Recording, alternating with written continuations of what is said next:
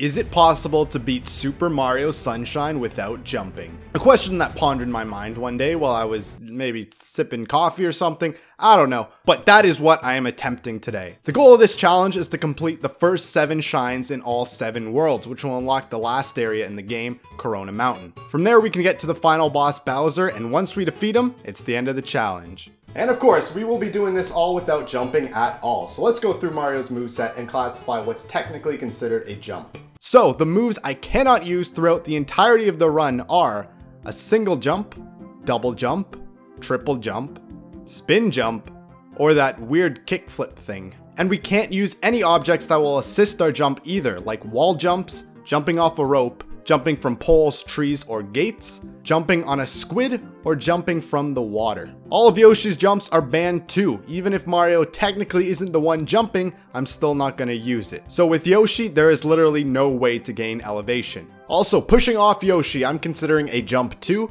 so it'll be harder to get off of him. And with that all being banned, how in the world am I gonna get elevation in the first place? Well, there's 2 main ways that I'm going to be using throughout the run. While the hover nozzle is mostly used for horizontal platforming, it still does boost you slightly in the air. Downside of this is that I'm going through a lot of water this way. There is a rocket nozzle that really boosts you in the air, but it's not always available in every mission, and sometimes you can't even get to it in a certain area, making it totally unusable there. The other option for elevation is through the dive and front somersault. Press B to dive forward, and then click A to do a front somersault. Now yes, I know what you're thinking. A is the jump button, right?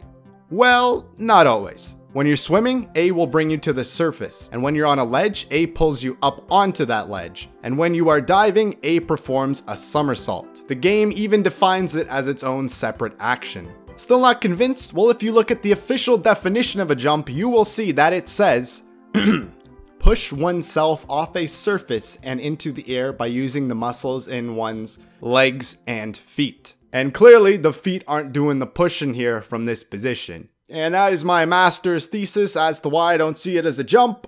Alright, let's get into this. So the run starts off simple enough. Everything is pretty grounded. You just fight a few goopy piranhas. Bianco Hills is the first area in the game. I got over this wall by climbing up this tree and then hovering on over. The first shine is pretty grounded as well. The shine where you fight Petey the Piranha is way up here, but I easily hovered to the windmill and then hovered over his belly button to defeat him. Then we get to the third shine, or the first secret mission, the bane of this run, and I will get into why that is. We first need to get into this cave up here on the hill, but there's this cliff that is just way too high and far to hover to. Luckily there's this path of ropes and wood platforms to get over there. This is also where I learned that you can't use the rope to get onto the wood platforms, and hovering doesn't work on the ropes. So we can use this hill over there and hover past these dumb ropes. Now the tunnel is up on these slopes here, but I found out you can actually hover along these slopes and you won't fall down. This is actually a trick for slopes that I'll be using throughout the run.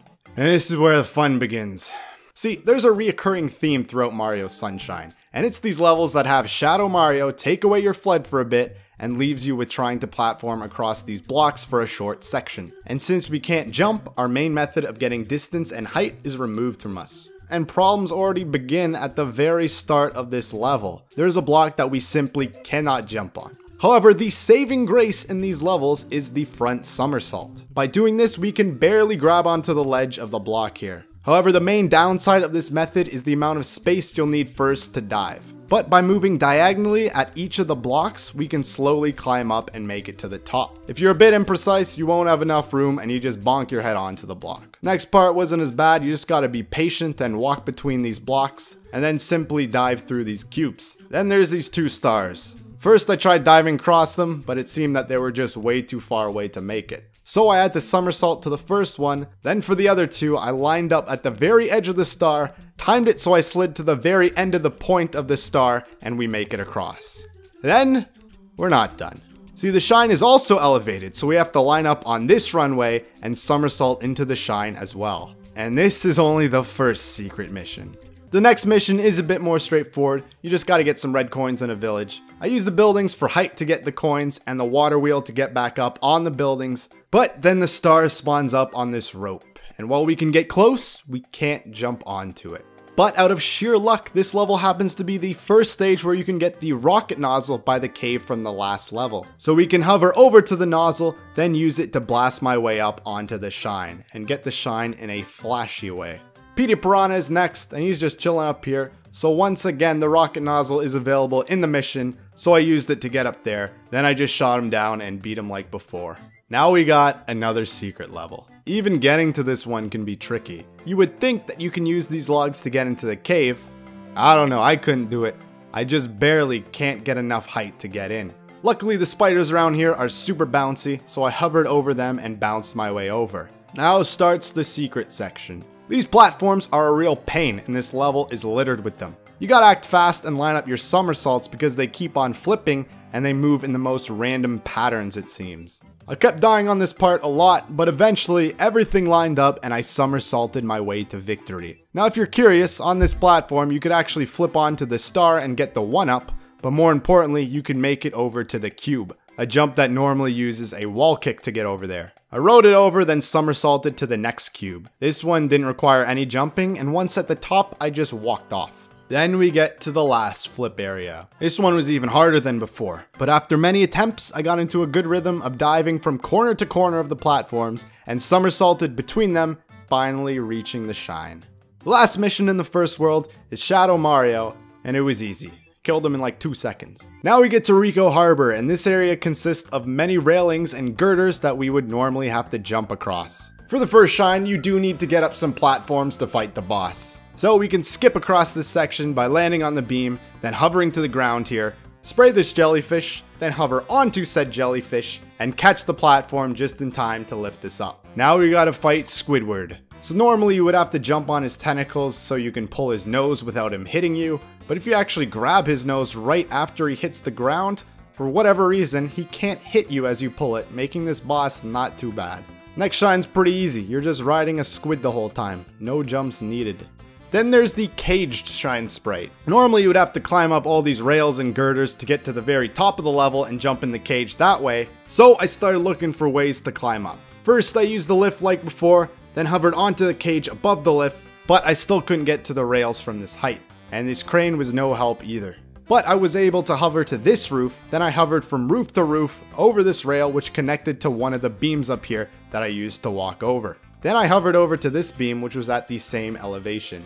Now from here, there's actually another way to get into the cage. I dropped down, caught my fall with the hover to grab onto the bottom of it, and down here there's a panel that you can flip open and get the shine. And now we're back with another secret level. First problem is in fact how high the secret entrance is. So we start by getting onto the girders like we did before, and this one looks like the closest we can get to the level. But after various attempts, it seemed like I was barely not close enough to make it. So I began to look around on other rails to try and get some elevation. Sure enough, there was another little lift here. On this level, however, you can't get nearly as close to the cave. So I tried to get up on the next level. And that's where I saw the rocket nozzle, so if I made it one level higher, then I could rocket into the cave. However, this was way too big of a gap to cross, and I couldn't even get enough height by using this lift arm to get up. Meaning this was as high as I was gonna get. When all else failed, I went back to plan A, and somehow barely made it. Ah, sweet. I think the key here this time was to fall for a little bit, then use your hover to maximize the horizontal distance. And the secret area this time was oddly manageable. All of the blocks here were at similar elevations, so I can just slide along. There are some tricky dives between certain blocks and these spinny things, so you gotta be a bit patient, but I was still able to get the shine. Now we fight Squidward yet again. Pretty simple. Just hovered on this fruit dispenser, made my way on this stone thing, and started messing with him for a bit. But once I found out how long his tentacles actually could reach, I went over and beat him in the same way. Now we are surfing on squids on the water again. Except this time we are trying to get 8 red coins. It went pretty smooth to start. So far you can get 7 of the 8 coins very easily by just surfing. And then there's this coin. This one elevated coin. And you have to jump to get it. There is no other way to get this high. You can't use any of your other moves like hovering or somersaulting because you're stuck on this squid and can't get off of it. But what if I never get on it? You see, to spawn the coins and start the timer, you first have to jump on this big button. But you don't have to get on the squid if you don't want to. Instead, what I did was turn around, jump in the water here, climbed up this gate, hovered to the land, then to this section, and from there to the submarine, so that I was high enough to hover to the red coin and get it. But we're not done. We've already wasted 40 seconds of the 2 minutes to collect this one coin. And I tried swimming to the rest of the coins, but it was simply not high enough. So I had to swim all the way back to the start by using this super fast swimming method by spamming the swim button and the hover button that looks something like this.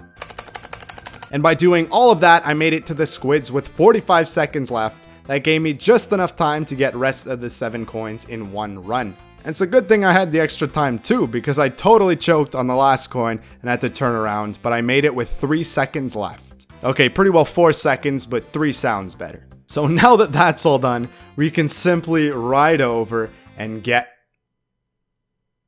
You've got to be kidding me. We've come so far, the end is so close, it's just taunting me. Is this really it? All that timing and routing for nothing?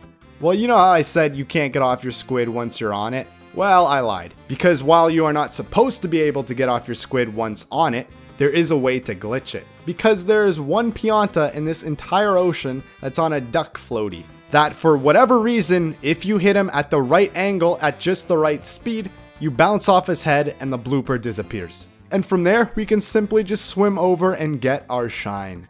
Okay, next mission, another Shadow Mario chase. This one's not nearly as bad. It can be a bit annoying to chase him on the rails, but nothing major. Now we get to Gelato Beach, Shine 1, the Dune Bud Castle secret. This time, the entrance to the secret level is very easy to get to. The level itself, not so much. Literally, the problems start as soon as you start the level because of these dumb sand blocks. These things disintegrate away once you touch them, and there is space so there is little room to dive into a somersault. While it is very precise, if you manage to dive just right, you can do this.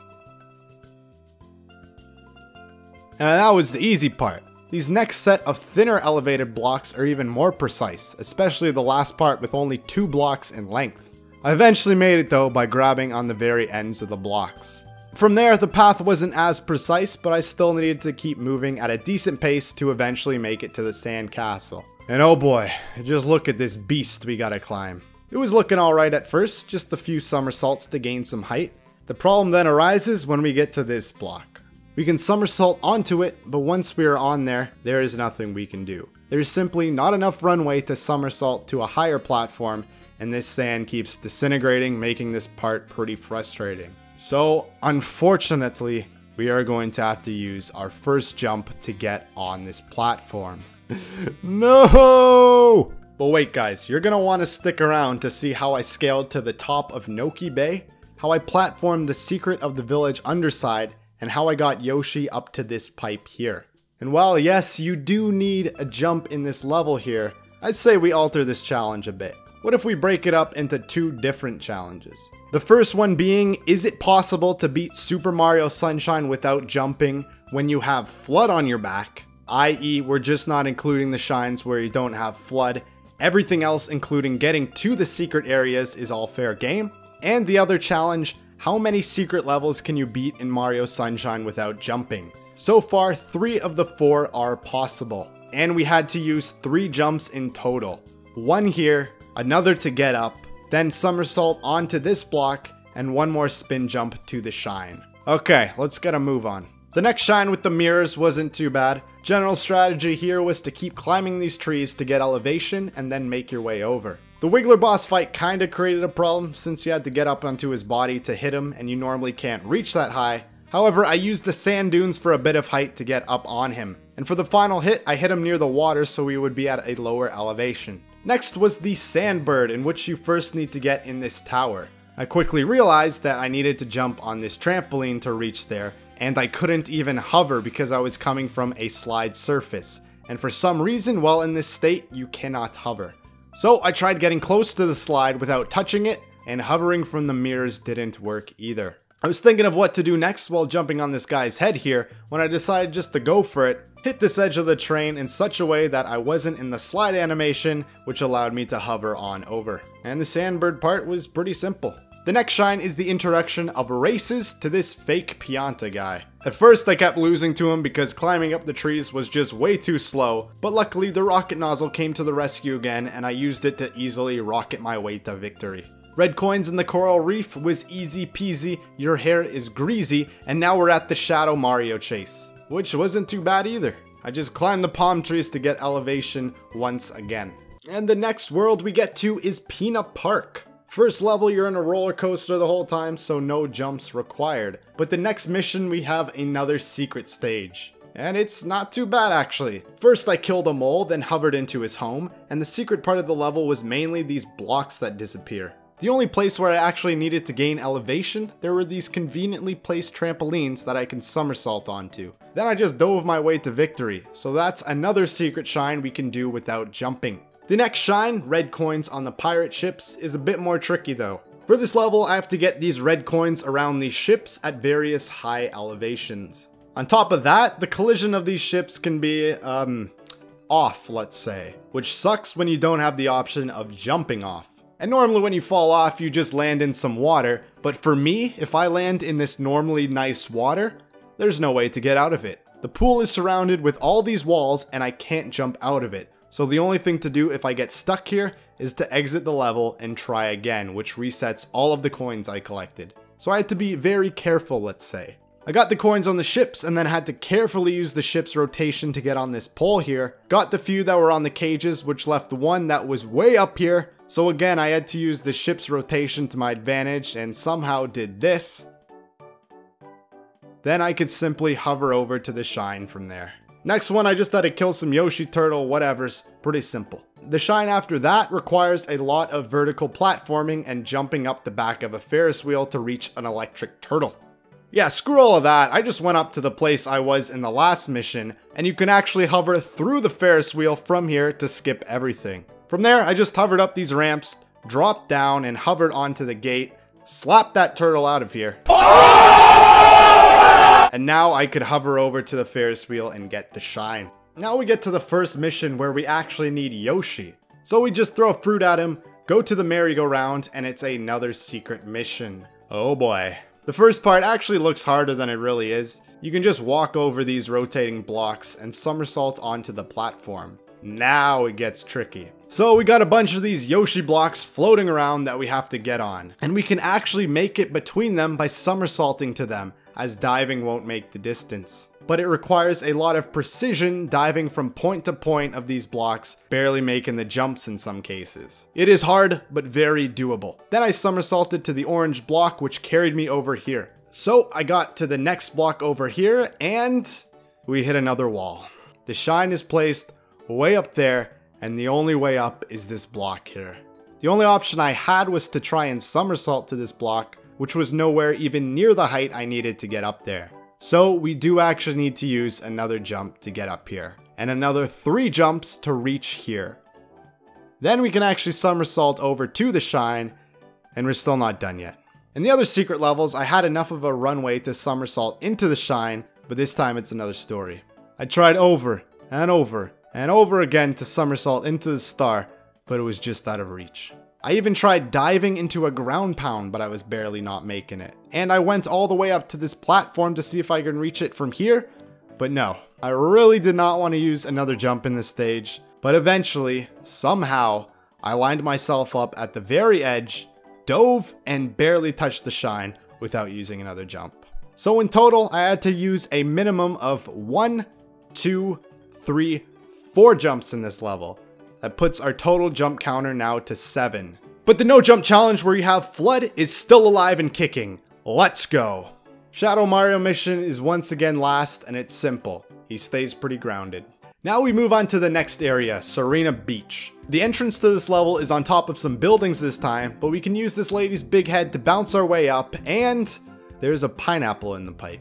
But no matter, we've unlocked Yoshi and we have to get him to eat the pineapple. So to get him out of his egg, we gotta bring a fruit all the way up there. This already creates some problems since I couldn't somersault or use Flood when carrying a fruit. But I did see this pear on a close by roof here, so I used this trampoline right next to it and then chugged fruit after fruit until I finally landed the shot and we got Yoshi. So now I just need to get to the pineapple. And luckily Yoshi starts up on a roof, so we're already at a high elevation. I can use these trampolines to get all the way over here, and I was at a loss. This is as far as I could go. There is no way I was gonna reach this roof up here. It's just too high. On top of that, even if I could theoretically get Yoshi up there, which I can't without jumping, he still can't reach the pineapple with his tongue, so he needs to be at this platform, which is even more unreachable. There is no possible way of getting up here. So is that really it? Is this how both runs end? Do I have to use my first jump while having FLUDD on my back? So I was going to continue the run here, but this video turned out to be much longer than I had initially planned. So for the first time ever, I am making a two-parter video. So tune back in next Friday for part 2 of this series, where I will be finishing this game. And I will be finishing this game. And if you're watching this after June 19th, 2020, then part 2 is already out. What are you waiting for? Go see how it ends. A link for that will be in the description. But for now, thanks for watching, and I will see you guys next week. Be there.